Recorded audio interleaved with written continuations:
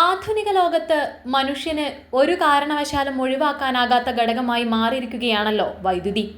മഴക്കാലമായാലും ചൂടുകാലമായാലും പല ആവശ്യങ്ങൾക്കായി വൈദ്യുതിയെ ഉപയോഗിക്കുന്നവരാണ് നാം എല്ലാവരും.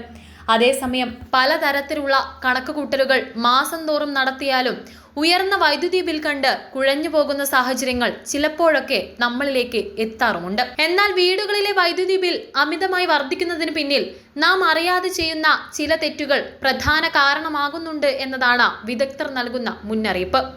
നമ്മുടെ നിത്യജീവിതത്തിലെ ചില അശ്രദ്ധകൾ എങ്ങനെയാണ് സാമ്പത്തിക ബാധ്യതയായി മാറുന്നതെന്ന് ചിന്തിച്ചിട്ടുണ്ടോ? ഉയർന്ന വൈദ്യുതി ബില്ലിന് കാരണമായേക്കാവുന്ന 6 പ്രധാന തെറ്റുകൾ പരിശോധിക്കാം. TV, മൊബൈൽ ചാർജറുകൾ, ലാപ്ടോപ്പ്, മൈക്രോവേവ് എന്നിവ ഉപയോഗം കഴിഞ്ഞാലും സ്വിച്ച് ഓഫ് ചെയ്യാതെ പ്ലഗ് ചെയ്തു തന്നെ ഇടുന്നത് വലിയൊരു തെറ്റാണെന്നതാണ് വിദഗ്ധരുടെ പക്ഷം. ഇവ പ്രവർത്തനരഹിതമാണെങ്കിലും ചെറിയ അളവിൽ വൈദ്യുതി വലിച്ചെടുക്കുന്നുണ്ട്. ഇതിനെ ഫാൻറ്റം പവർ എന്നാണ് വിളിക്കുന്നത്.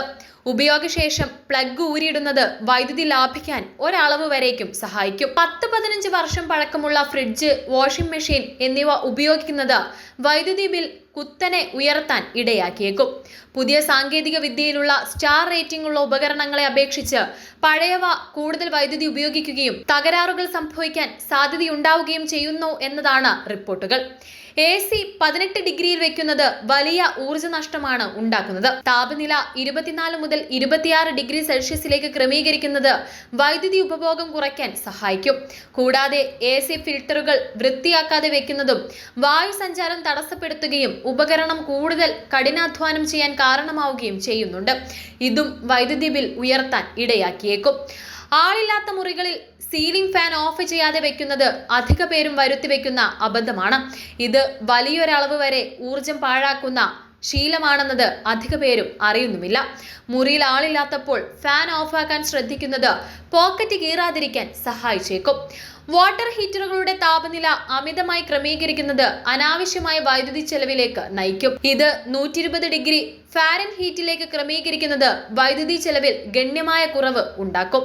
ചെറിയ അളവിൽ വസ്ത്രങ്ങൾക്കായി വാഷിംഗ് മെഷീൻ ഉപയോഗിക്കുന്ന ശീലം ക്രമാതീതമായി ഉയർന്നിരിക്കുകയാണ്. ഇത്തരത്തിൽ നിസാര കാര്യങ്ങൾക്ക് പോലും വാഷിംഗ് മെഷീൻ ഓൺ ചെയ്യുന്നതും അലക്കിയ വസ്ത്രങ്ങൾ പിഴിയാതെ ഇസ്തിരിയിടുന്നതും വൈദ്യുതി ഉപഭോഗം വർദ്ധിപ്പിച്ചേക്കും.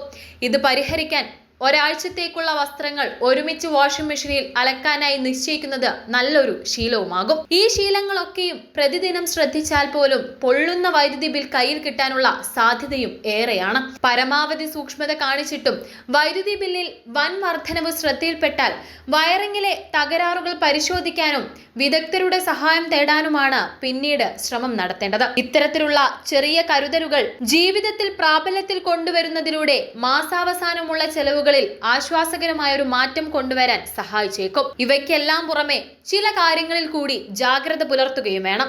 AC ഉപയോഗിക്കുമ്പോൾ താപനില എപ്പോഴും 25 ഡിഗ്രി സെൽഷ്യസ് അല്ലെങ്കിൽ അതിനു മുകളിലായി ക്രമീകരിക്കുക. വൈദ്യുതി ഉപയോഗം കൂടുതലുള്ള സമയങ്ങളിൽ, അതായത് വൈകുന്നേരം 6 മണി മുതൽ 12 മണി വരെ അലങ്കാര വിളക്കുകളും അത്യാവശ്യമല്ലാത്ത മറ്റ് ലൈറ്റുകളും ഓഫാക്കുക. ഇലക്ട്രിക് വാഹനങ്ങൾ ചാർജ് ചെയ്യുന്നത് സൂര്യപ്രകാശം ലഭ്യമായ പകൽ സമയങ്ങളിലായി ക്രമീകരിക്കുക. പ്രത്യേകിച്ച് രാവിലെ 10 മുതൽ വൈകിട്ട് 4 മണി വരെ ആകുന്നതാണ് ഇതിന് ഏറ്റവും പറ്റിയ സമയം. കൂടുതൽ വൈദ്യുതി ആവശ്യമുള്ള ഉപകരണങ്ങളായ വാട്ടർ പമ്പുകൾ, ഗീസറുകൾ, വാഷിംഗ് മെഷീനുകൾ, ഇൻഡക്ഷൻ കുക്കറുകൾ മുതലായവയുടെ പ്രവർത്തനം പകൽ സമയങ്ങളിലേക്ക് മാറ്റുക. ഷിഫ്റ്റ് വ്യവസ്ഥയിൽ പ്രവർത്തിക്കുന്ന വ്യവസായ സ്ഥാപനങ്ങൾ കൂടുതൽ വൈദ്യുതി ആവശ്യമുള്ള പ്രവർത്തനങ്ങൾ തിരക്കില്ലാത്ത സമയങ്ങളിലേക്ക് മാറ്റാനും ശ്രമിക്കുക. ഒരു വർഷത്തിനുള്ളിൽ സംസ്ഥാനത്ത് പീക്ക് സമയത്തെ വൈദ്യുതി ഉപഭോഗത്തിൽ 700 മുതൽ 1000 മെഗാവാട്ടിന്റെ വർധനവാണ് ഉണ്ടായിരിക്കുന്നത്.